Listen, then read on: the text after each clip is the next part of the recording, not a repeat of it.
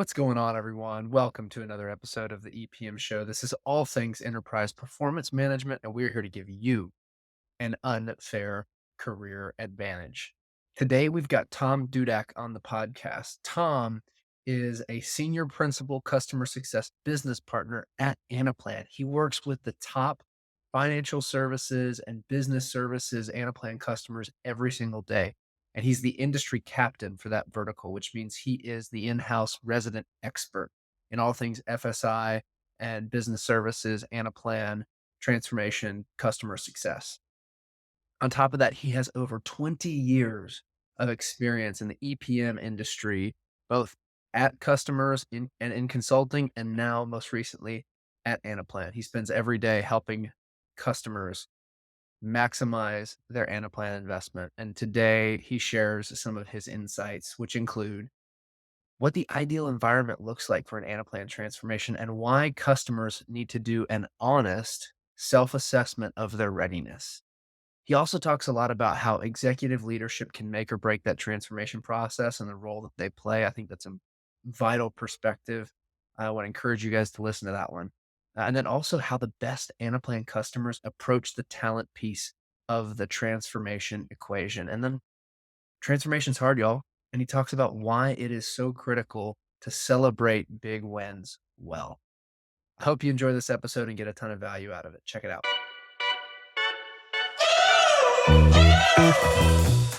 Awesome. I'm excited about this. This is going to be a good conversation. Every time we've talked, it's just been fun and we go on, cool rabbit trails when it comes to Anaplan and talent. So this is going to be good. But just so the audience can get to know you a little bit better, Tom, give me your career flyover in 60 seconds or less. How did you get to where you are today?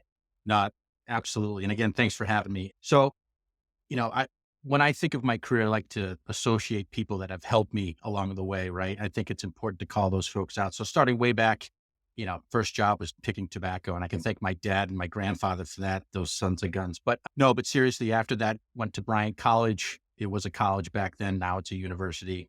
Graduated, went into insurance at Travelers Insurance for a few years.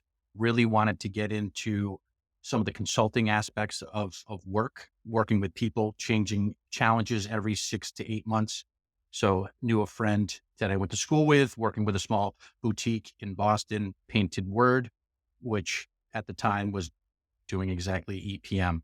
From there, merged, grew into a larger company, became Palladium Group. From there, branched off into Fidelity Investments for almost 10 plus years. And there, worked with people that were, big mentors for me, David Wolf, Mike Chacha, a few other folks, as well as Dave Pooley, which has been a huge success. And I'll probably mention him a little bit today because I think having those mentorships throughout is key. And landed at Anaplan after that. And here I am. So 4 kids, happy wife, I hope. And, everything, we're very active with hockey and everything like that, basketball, all the kid activities that you would associate with 5 to 14-year-olds. Yeah, I think that covers it. Tom, thank you so much for sharing that. One of the things that we've chuckled about as kids, obviously many of the listeners who listen to this regularly know that I just became a dad. I got a 9-week-old. I was 5 minutes late to this call because I was putting my kid down. So here's my question for you. You got 4 kids, you're in hockey. What is the funniest thing you've ever seen happen at a hockey game in youth hockey? Ah, that's a loaded question because I know. it all depends on what you think funny is. And I sometimes have a distorted vision of funny, but funniest thing at a hockey game, I've seen someone score on their own goal, like actually go the wrong way and score on our own goal. Again, younger group, but it was actually everyone screaming wrong way, and went the wrong way and scored. So, and we're talking, learned to skate, learned to play hockey level, but it was a lot of fun. But that was pretty funny. That's awesome. Yeah, I feel like I can relate to that with youth soccer. It's the same Oh yeah. thing. Yeah, like you can only get so I mean, there are some parents who will get stressed about it like it's the World Cup or the Olympics, but I just kinda laugh. I'm like, "They're 7." I have no idea where they're going, Yeah. so And every now and that's then you fun. do have to tell yourself that, right? They're not Yeah. professional athletes. Yeah, that's right. I'll have to call you in like 7 years when I have a little girl probably in soccer. Exactly.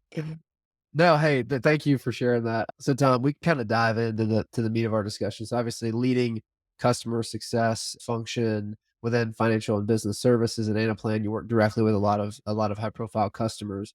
Based on your experience, can you maybe describe the ideal environment at a customer where you think Anaplan can be the most successful, like in terms of executive leadership buy-in and what it looks like for customers to do that honest and thorough self-assessment of whether or not they're ready for an Anaplan investment. Yeah, I think that's a incredible question. What does that look like? And I think what I have seen with the customers that I've had and some of the colleagues in the conversations I've had with folks is, you want to make sure you have that executive buy-in. You nailed it, right? Like that top down, hey, this is what we're going to be doing, and it's being directed.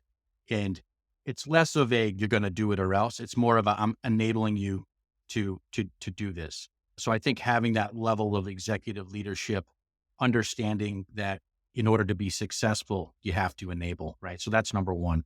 I think also understanding that the journey is not going to be linear, right? If you're able to understand there's going to be, highs and lows throughout the process. I think adopting any platform or software, you have to take that into consideration. If you understand that, I think that makes things a lot less difficult moving forward.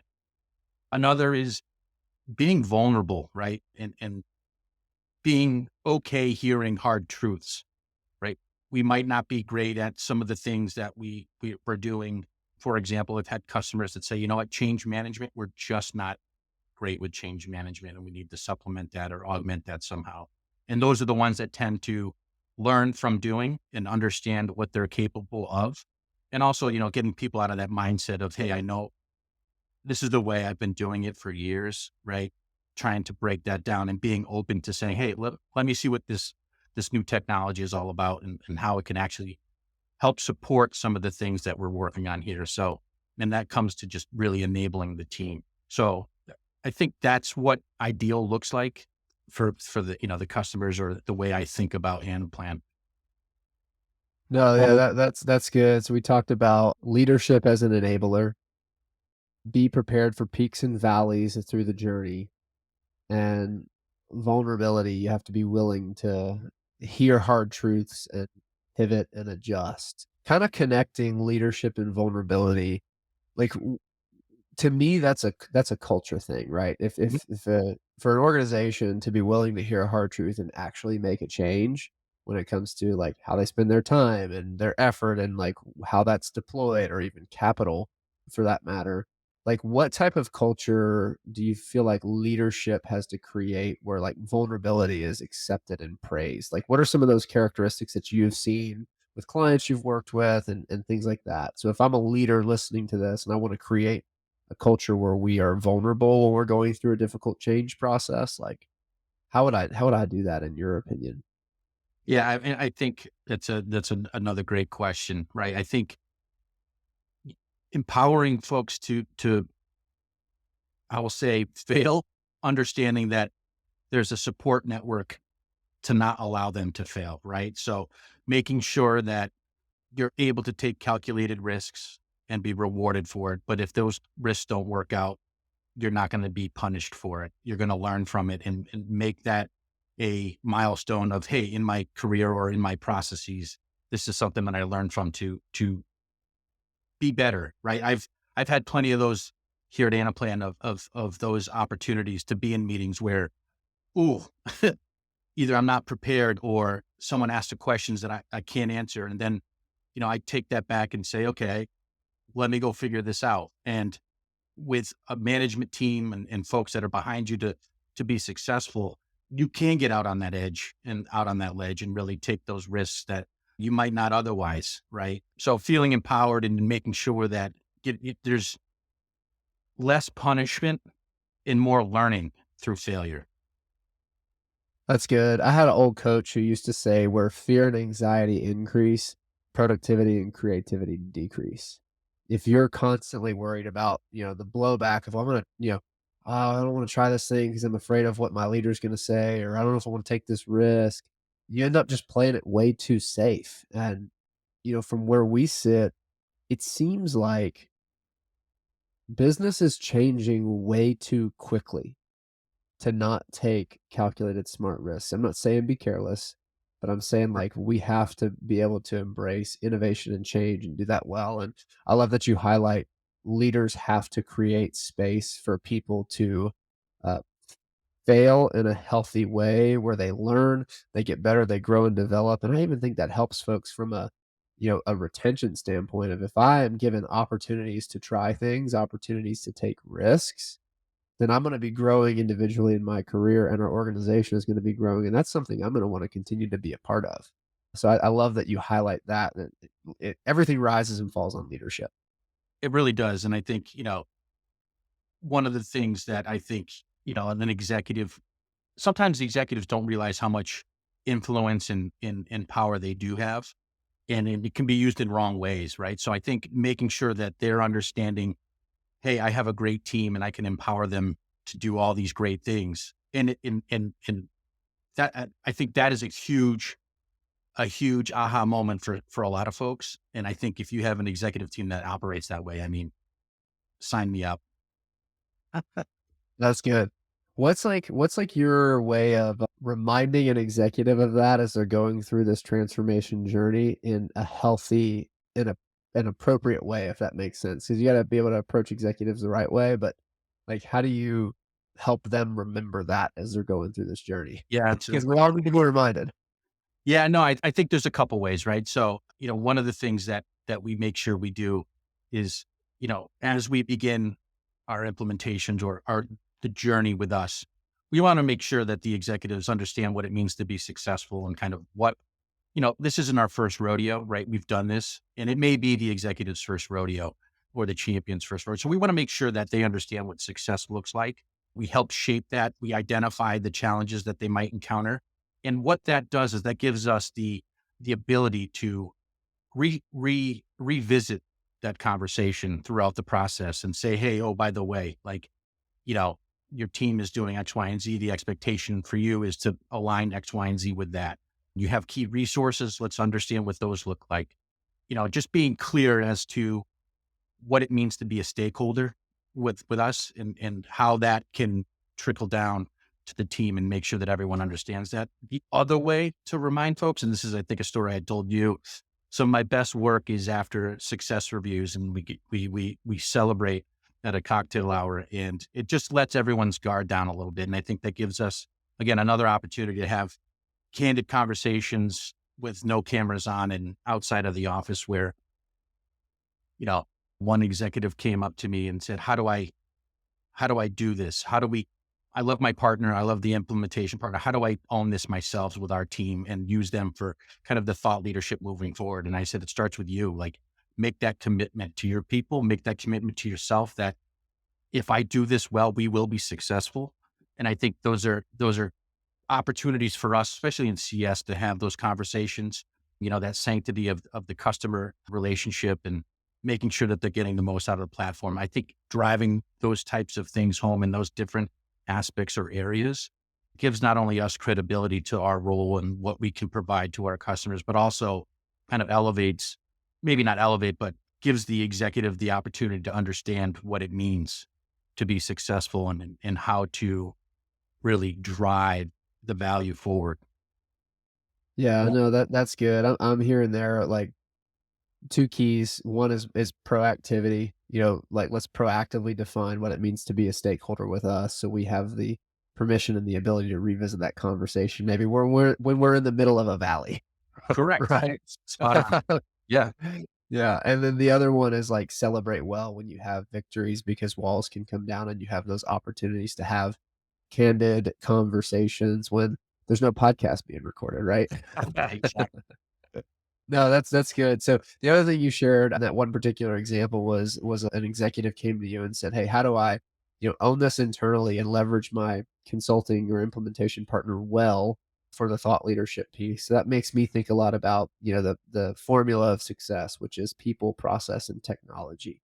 So can you maybe elaborate on or share some ways that customers can, identify the talent and get the talent piece right so they can own their Anaplan investment internally? What does that look like for customers? Yeah, no. So the answer is it looks different for different customers, right? So one of the things that, when we begin our journey together, it's like you look at those resources and you try to understand what's there already, what's in place today, is there a great wall between the business and IT? What's that look like? Who's at the table? Who has a seat at the table? I have customers where they brought Anaplan in and they've retooled their team, right? So instead of going and looking for new talent, they said, look, we love the talent we have. Let's just give them another tool in their toolkit to drive this new initiative, right? So that's one way. I've seen other customers who, within the finance side have a rotational program where they have analysts that come in and they rotate, for 3 years. I think you came from a customer that had that type of program, and there's others kind of using that method so that, hey, we can bring people on early into their careers, give them a little taste of what Anaplan is, and then have them go through their journey. Inevitably, they're going to be using it in one of their roles. But now you get evangelists out within the business that are talking about Anaplan and how they can use it. And then they start thinking of, oh, why am I doing this archaic way of collecting or planning or modeling? We should use Anaplan. And then it becomes the voice in the field, which then resonates across. And I think that's the biggest benefit, is that people just begin to understand what it is. Cause you know how it is. Change is something that people are always afraid of. And I think if you can embed it in the way people do their jobs and enable them to do their jobs, I think it just becomes another tool to be successful. And then once you understand what that team looks like internally, you can obviously supplement that from, going out and looking in the marketplace for, a certified master Anaplan, to put the cherry on top. But you should always be thinking about, how do we continue to cultivate the talent we have? And how do we think creatively to bring some of that talent to the front? And that's what I love.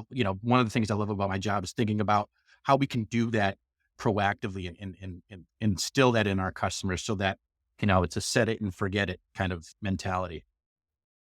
No, that's good, and so, yeah, obviously, we work in the search business, and so this might make me a bad consultant when I say this, but we all know the reality is that it is easier to cultivate and keep your internal talent as long as you focus on it than it is sometimes to go out and find someone externally. When you really think about what it takes to get that person onboarded, get them trained, get them integrated into your culture and those types of things. Whereas, like you said, viewing Anaplan as an opportunity for your talent to continue to grow and saying, how do we rotate people into this? Let's think about who we have today that we can invest further in and give them another tool in their tool belt.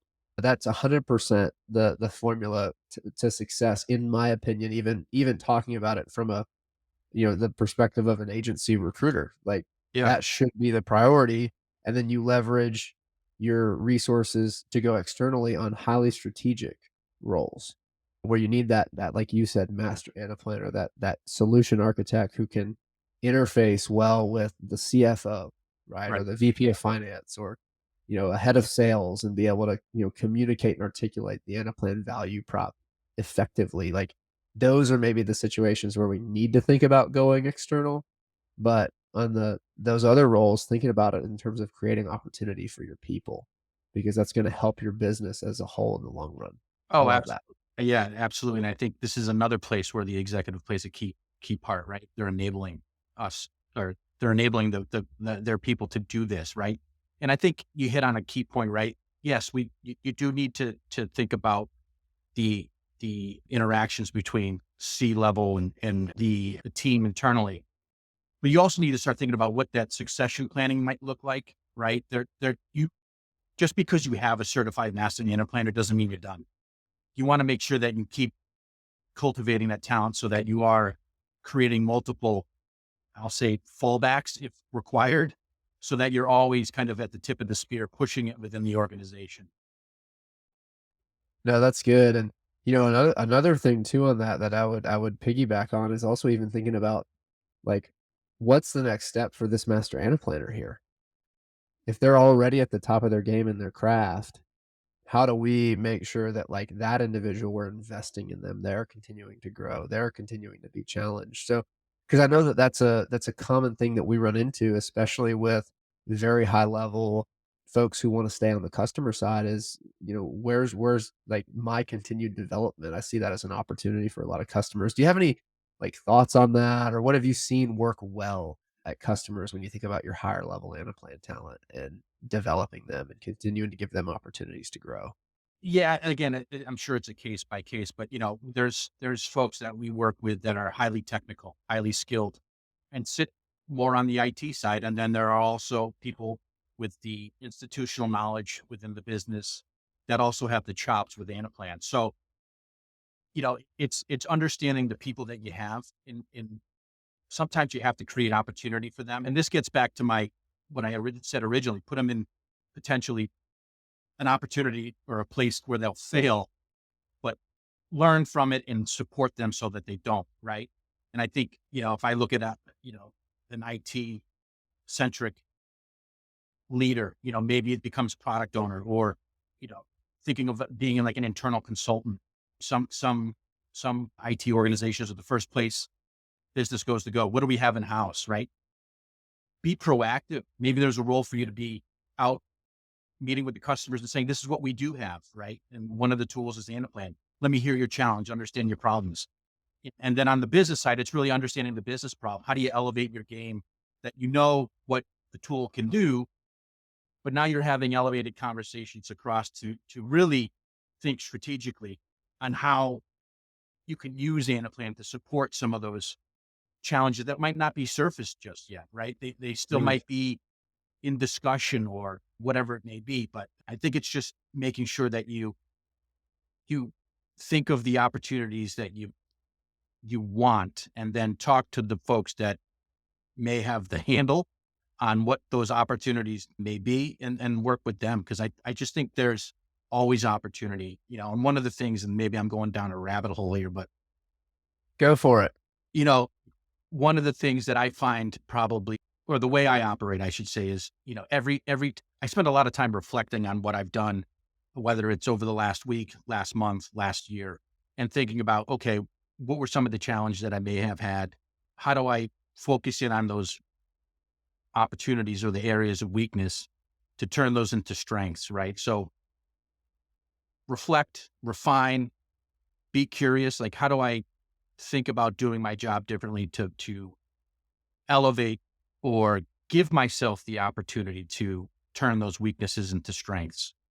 For example, if I'm not great at having certain conversations, well, let me force myself into those conversations with some of the customers that give me that opportunity in a trusted way, right? In that fail safe way to have them so I can start ironing it out so that when I go to the new customer, or I go to the customer that's difficult, I've been there, I've done it. And being creative too in how you deliver that message and the things that you can bring to it. So if you're able to reflect, if you're able to refine the way you do your job, hone your craft, be curious and be creative, and then repeat that process, I mean, I think you're in the continuous path of success. Again, that's just the way I think. And I'm not saying I'm at the end of my path, but that people should be thinking that, or I shouldn't say that. I'm hoping people are thinking that way, that always getting better.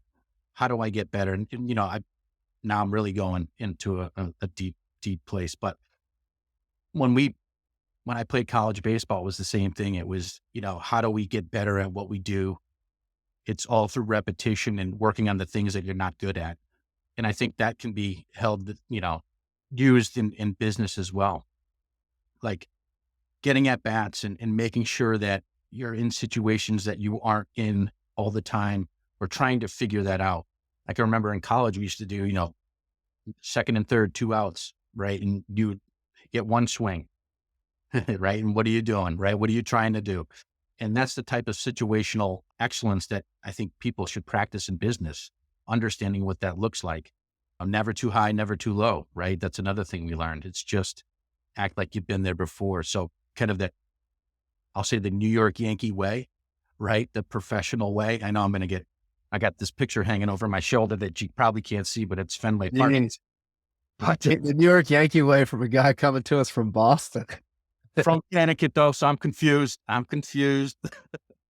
So yeah, I mean, I think it's just making sure that you're elevating your craft and you're working on it because I find that your career is never over, right? Whether you're a parent and you're trying to be the best parent, you're always figuring out what you did well with the first kid, right? What were the challenges? And then you apply that to the second. And by the fourth, you're like, "Well, you're the keys to the car. We'll see you tonight," right? Like, not kidding, but that's what it is. It's always like you're trying to understand what you don't know and then figuring it out along the way. And if you're able to refine and refocus and improve your craft, I think you can go really anywhere. Oh, that's great. Re reflect, refine, refocus, hone your craft. I mean, that is the unfair career advantage. I don't care what role you're in, whether you're in sales, customer success, you're an Anaplan model builder, solution architect, master Anaplanner, you name it. You don't even have to be an Anaplan, but like that's going to help anyone level up their career if they spend regular time reflecting, refining, and finding ways to readjust and hone their craft based on what's happening. I absolutely love that, and I love that you bring up situational excellence, and part of that comes from being there, right? Mhm. Maybe it comes from being in a situation where you failed, and then being able to reflect on, well, okay, if I run across a similar situation in business like this again, how am I going to do it differently? Okay, well, what skills do I need in order to be able to execute differently? It's well, these three things. Okay, well, I'm going to go get those three things through other experiences. I love it. The other thing that yeah, I was thinking of earlier when you were talking about just folks leveling up an Anaplan, you either have that highly technical master Anaplanner or you have maybe someone with really great institutional knowledge and they have the chops in Anaplan and just next level strategy, leadership, growth within this system. We interviewed a guy named Matthew Dickerson. I don't know if you know who he is. He runs the COE at Jaguar Land Rover. And he was talking about how when, the pandemic hit and you saw all these automobile manufacturers struggling with semiconductor shortages, right? He said they had originally for a long time they would plan based on demands. It was demand planning. But then he had to lead the team to help Jaguar Land Rover shift from being demand led to being supply led, and they were using Anaplan to do that. And so the part of that's just another like a testament to if you're constantly leveling up your career, your institutional knowledge, your knowledge of the business, and you have the chops in Anaplan, you can make a massive impact in your organization. And the opportunities that that'll create for you over the long run are just endless. Yeah, 100%. And I think surfacing that value too, right? I think a lot of times with the work that we do and customers do, it's go, go, go, go. There's never a pause button. So I think surfacing that value and celebrating is huge. No, that's good. That's good. Well, I mean, Tom, this has been awesome. I feel like we've hit a lot of stuff. Is there anything else that's on your heart or your mind that you want to hit before we kind of land the plane here? I probably the only thing I would add is, and I kind of just touched on it, is, understanding. I think you need to recognize that when within a plan or whatever challenges you may have, like taking the time to recognize the value that you've provided, right? Let's recognize it. Let's memorialize it. Let's celebrate it, and let's market it, right? Like it's your brand. This is what you're doing. You should be proud of the work that you're doing. And I think a lot of times the value gets captured in the weeds or passed over because it's part of a business case and then that dies. Like bring it back to life and then showcase it. I think that is a huge opportunity again with Anaplan and with others to really elevate your brand. No, that's so good. That's so good, Tom. Thank you for sharing that. I cannot agree more. Absolutely not. So, Tom, as we close out here, fast forward to the end of your career, even though it never ends, right? We talked about that, never ends. But when you look back on your work and how you've honed your craft over your years, like what kind of impact do you want to have on the people around you? That's an incredible question. Obviously, I want my kids to like me and my wife. That's cute. That's key. A happy wife is a happy life. No, I think walking away from it all, just having people recognize that I I put people in their successes probably in front of mine, knowing that their successes are mine as well if I'm able to help them. So I think being recognized as someone that's helped, whether it's someone in their career, someone outside of work, being a good person and helping those that need a lift at times, and those that need to be guided at times, and those that want the help, helping those folks. I think that would be probably the most important thing for me, other than, my kids liking me and my wife liking me. That's awesome. Thank you for sharing that. So, other question here is, do you have any sort of a big, hairy, audacious goal that you're going after right now that you're fired up about? It could be work, it could be personal, family, just what are your sights set on right now that you're running after? Yeah, no, I come from a family of 3 teachers, a tool designer, and I don't know what my sister does. She'll kill me for that, but a lot of creative people. And I'm always thinking about things that have nothing to do with what I do, but maybe a little bit. So I've been kicking around the idea of creating like a screenplay of either a show or a movie. And I've been kicking around that for years. I think that's the one thing that if I had time, I would love to dig in and tackle that. And I That's awesome. can't tell you what it's about, because then you'll steal my idea. But it's like That's awesome. my experiences through, financial services, and the nuances of taking the commuter rail to work, and all of that into like a kind of an office space type story, I think would be a lot of fun to do. That's so cool. I will be on the lookout for your show once it's released. That's amazing. I think that's super cool, and you should go after it. You should Yeah, I go have a after. character called Chad Pyke on it too. It's fantastic. That's Excited good. about I'm getting not gonna say the other name of the of the person, the other character. that'll be our secret. That's right.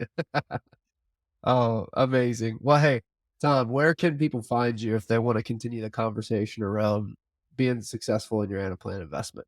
Yeah, I think the best way to follow me or be in touch is through LinkedIn. Always excited to make connections and talk to folks about what they're up to, challenges they may be having, or just, getting to know some new folks to create a stronger network. I, I'm not really active on the social medias, so that's the best spot. No, that's good. Me neither. I'm only active on LinkedIn. It's the only place you can find me too. So, Tom, thank you for joining. This has been an amazing show, and I know that folks will get a ton of value out of it as they think about growing their career in the EPM world. Thanks Uh, for joining. Thank you. Thanks for watching. Thanks for listening. Wherever you're consuming this, if it's YouTube, if it's Apple Podcasts, Spotify, we appreciate you. Make sure you're subscribed. We have a lot more amazing guests on the way, a lot more great content. We're doing our best to bring you value and have fun while we do it.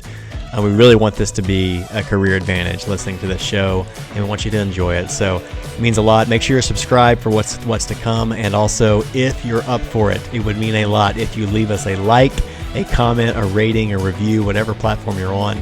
That really helps, and it gets us fired up when we see those. So I appreciate you guys. Find us on LinkedIn. I'm Blake Bozarth. My co-host, Chad Pyke with a Y. Would love to connect with you there. Have an awesome day. See you next time. Peace.